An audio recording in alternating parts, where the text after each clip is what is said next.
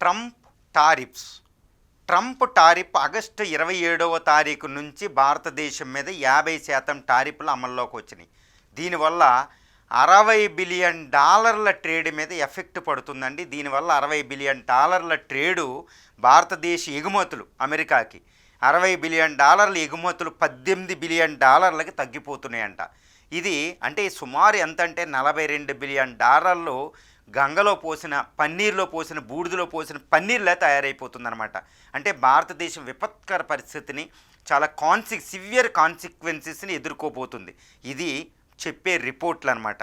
అంటే $42 billion trade నాశనం చేసేశాడు ట్రంప్. అంటే ఏంటి మరి భారతదేశం ఎదుర్కోగలదా? ఇది ఒక్కటే కాదండి. $42 బిలియన్ ట్రేడ్ నాశనమయ్యింది అనేది ఒక్కటే, అది ఒక్కటే ఎంత ప్రభావం భారత మీద చెప్తుంది, భారత ఆర్థిక వ్యవస్థ మీద పడుతుందని చెప్పలేం. కానీ ఇంకా విధంగా చెప్తే దాని ప్రభావం ఎంత తీవ్రంగా ఉండబోతుందో మనకు బాగా అర్థమవుతుందన్నమాట.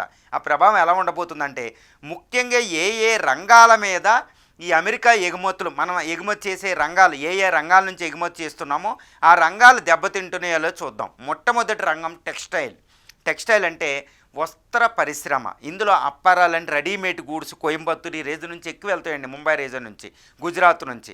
అప్పారల్ అంటే వస్త్ర పరిశ్రమ, ఉన్ని, అదేవిధంగా జూట్ వెస్ట్ బెంగాల్, ఒడిశా నుంచి ఈ రంగం ఎక్కువ ప్రభావితం అవుతుంది. అందువల్ల ప్రతి పండించే కోట్లాది మంది రైతుల మీద పత్తి వస్త్రాల మీద ఆధారపడి MSME, medium small scale sector, అదేవిధంగా మిల్ సెక్టారు ఇవన్నీ ప్రభావితం అవబోతుంది. కోట్ల మంది కార్మికులు ప్రభావితం అవబోతున్నారు.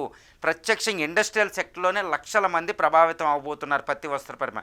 ఇది అమెరికా వల్ల మనకు జరిగే సీరియస్ లాస్ అండి. ఇది ఒక్కటి. ఇక రెండో విషయం ఏంటంటే మత్స్య పరిశ్రమ, ష్రింప్ అంటారు. ఈ మత్స్య ఎక్కువ ఎగుమతి అవుతుంది. దీనివల్ల చూడండి ఆంధ్రప్రదేశ్, ఈ తమిళనాడు, ఈ కేరళ, ఈ కోస్టల్ స్టేట్లో 9 కోస్టల్ స్టేట్స్లో ఉన్న మత్స్య పరిశ్రమ, ఫిషరీస్ సెక్టార్ ప్రభావితం అవబోతుంది. Millions of the Indians effect అవ్వబోతున్నారండి రెండో సెక్టార్.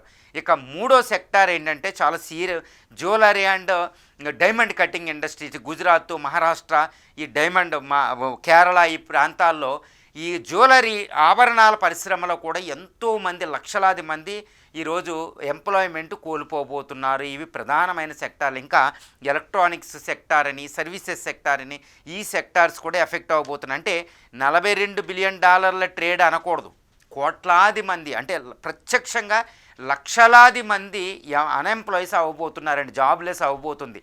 అంటే ఎంత సీరియస్ పరిణామాలు మన మీద జరుగుతున్నాయో తెలుస్తుంది. మరి ఇంతటి ప్రభావాన్ని భారతదేశం ఏ విధంగా తట్టుకోబోతుంది? ఎందుకంటే ప్రధాని మోడీ ట్రంప్ ఫోన్ చేసిన 4 సార్లు, జూలై 1 నుంచి ఇప్పటివరకు 4 సార్లు ఫోన్ చేసిన భారత ప్రధాని ట్రంప్ ఫోన్ కూడా లిఫ్ట్ చేయలేదు. ఎందుకంటే ఆయన భారతదేశాన్ని అవమానించారు, భారతదేశాన్ని డెడ్ ఎకానమీ అని పిలిచారు.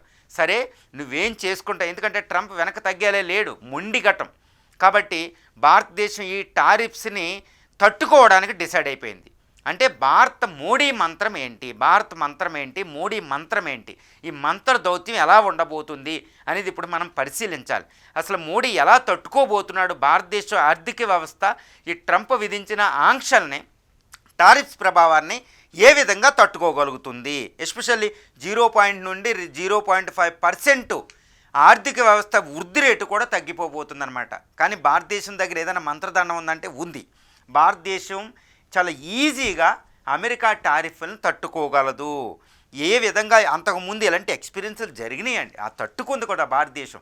అది చెప్పే ముందు మన భారతదేశం చేతులు ఏమున్నాయి, ఇప్పుడు టారిఫ్స్ ప్రభావాన్ని తట్టుకోవడానికి ఏమున్నాయంటే మొట్టమొదటిగా మోడీ ప్రతిపాదించింది ఏంటంటే నెంబర్ 1 ఏంటంటే స్వదేశీ అంటే భారతీయులారా మీరు స్వదేశీ ఉత్పత్తులు కొనండి, విదేశీ ఉత్పత్తులు తక్కువ కొనండి వీలైనంత వరకే. First priority made in India ప్రొడక్ట్స్కి ఇవ్వండి, మేక్ ఇన్ ఇండియా ప్రొడక్ట్స్కి ఇవ్వండి అని ట్రంప్ టారిఫ్లు తగ్గించుకోవడానికి మోడీ ప్రతిపాదించిన సిద్ధాంతం స్వదేశీ. ఇప్పటికే భారతీయులు అంటే మొత్తం భారతదేశ ఉత్పత్తిలో 70% మనం స్వదేశీయులే కొంటారు.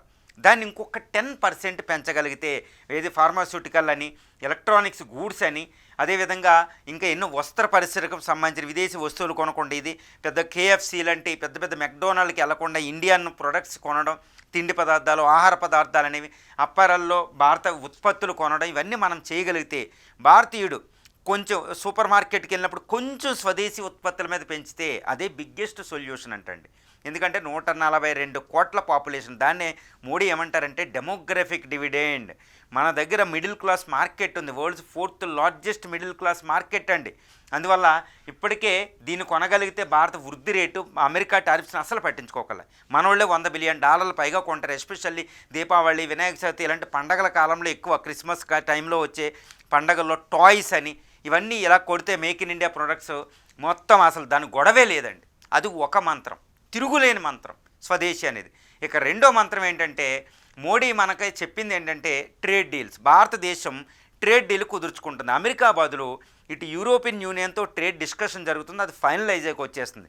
యూకేతో ట్రేడ్ డీల్ అయిపోయింది, ఆస్ట్రేలియాతో ట్రేడ్ డీల్ ఉంది, జపాన్తో ట్రేడ్ డీల్ ఉంది, రష్యాతో ట్రేడ్ డీల్ కుదుర్చుకోబోతున్నాం. రష్యాతో పాటు ఈఈయు అని ఉంటుందండి, ఇది యూరోపియన్ ఎకనామిక్ యూనియన్ అని. అందులో బెలారస్సు, కిర్గిస్తాన్, కజకిస్తాన్, అర్మేనియా, ఈ 5 దేశాలు అంటే ఇంక్లూడ్ రష్యా, ఈ 5 దేశాలతో మనం ఫ్రీ ట్రేడ్ డీల్ కుదుర్చుకోబోతున్నది, చాలా ఇంపార్టెంట్. తర్వాత రష్యాతో కూడా ఇండివిజువల్ ట్రేడ్ డీల్ రాబోతుంది, అదొకటి చాలా ఇంపార్టెంట్ అవబోతుంది. ఈ విధంగా ఒక అద్భుతమైన ఆల్టర్నేటివ్ ట్రేడ్ డీల్ వల్ల మనం అమెరికాకి ఎగుమతి చేసి ఉత్పత్తులు ఆగిపోయినాయి కాబట్టి మన పత్తి వస్త్ర పరిశ్రమ అనే పత్తికము ఇటు ఆఫ్రికా చూసుకోవచ్చు, ఫార్మాస్యూటికల్స్, ఎలక్ట్రానిక్ గూడ్స్ యూరోపియన్ మార్కెట్కి, జపాన్ మార్కెట్కి తరలించవచ్చు అనమాట. ఈ విధంగా అమెరికా మార్కెట్కి ప్రత్యామ్నాయాలు అనుకూలంగా ఉండడానికి ట్రేడ్ డీల్ కుదుర్చుకుంటున్నాం. ఇది రెండవది. ఇక మూడవది ఏంటంటే చైనాతో సంబంధాలు పునరుద్ధరించుకుని, ఎందుకంటే చైనాకు కూడా కష్టంగానే ఉంది అమెరికా టారిఫ్ల వల్ల, ట్రంప్ టారిఫ్ల వల్ల. చైనా ఇండియాలో ట్రేడ్ని పెంచుకోవడం అనమాట. దీనివల్ల ఉభయతారకం, మ్యూచువల్లీ బెనిఫిషియల్ అనమాట. ఎందుకంటే China one of the biggest, ఇండియాకి అయితే 2nd లార్జెస్ట్ ట్రేడింగ్ పార్ట్నర్. ఇది రెండో ఆల్టర్నేటివ్. తర్వాత ఆఫ్రికా నాన్ కన్వెన్షనల్ ఏరియాస్ ఉంటాయండి, లాటిన్ అమెరికా, ఆఫ్రికాకి మన ట్రేడ్ డెస్టినేషన్, ట్రేడ్ ఎక్కువ వెళ్ళేటట్టు చేసుకోవడం అన్నమాట ఇది. తర్వాత అమెరికా నుంచి మనం టెక్నాలజీ అవి కోల్పోతున్నాం కాబట్టి, అమెరికా నుంచి ఇన్వెస్ట్మెంట్ కోల్పోతున్నాం కాబట్టి గల్ఫ్ కంట్రీస్తోనూ జపాన్తోనూ ఈ టెక్నాలజీ వీటిని ఫిల్ చేసుకోవడం, ఇది అద్భుతమైన దౌత్యం అనమాట. ఇది 5వది.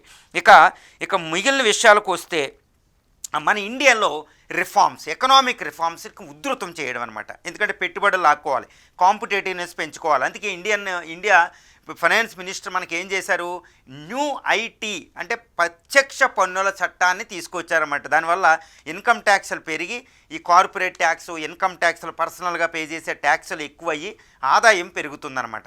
తర్వాత గవర్నమెంట్ ఇన్వెస్ట్మెంట్ ఎక్కువ పెడతారు, అదొకటి అద్భుతం అనమాట. ఎందుకంటే ఇన్వెస్ట్మెంట్ ఎక్కువ ఉంటే ప్రొడక్టివిటీ ఎక్కువ వస్తుంది, చౌక వస్తాయి, దానివల్ల ఉద్యోగితను పెంచవచ్చు అనమాట. ఎస్పెషల్లీ ఏ రంగాలైతే ప్రభావితం అవుతున్నాయి ఆ రంగాలు ఎక్కువ ఉత్పత్తి, ఎక్కువ ఎగుమతులు చేయడానికి కావాల్సిన సబ్సిడీలు, వాళ్ళకి కావాల్సిన పిఎల్ఐ అని ఒకటి ఉంది, ప్రొడక్ట్ లింక్డ్ ఒక స్కీమ్ అనేది.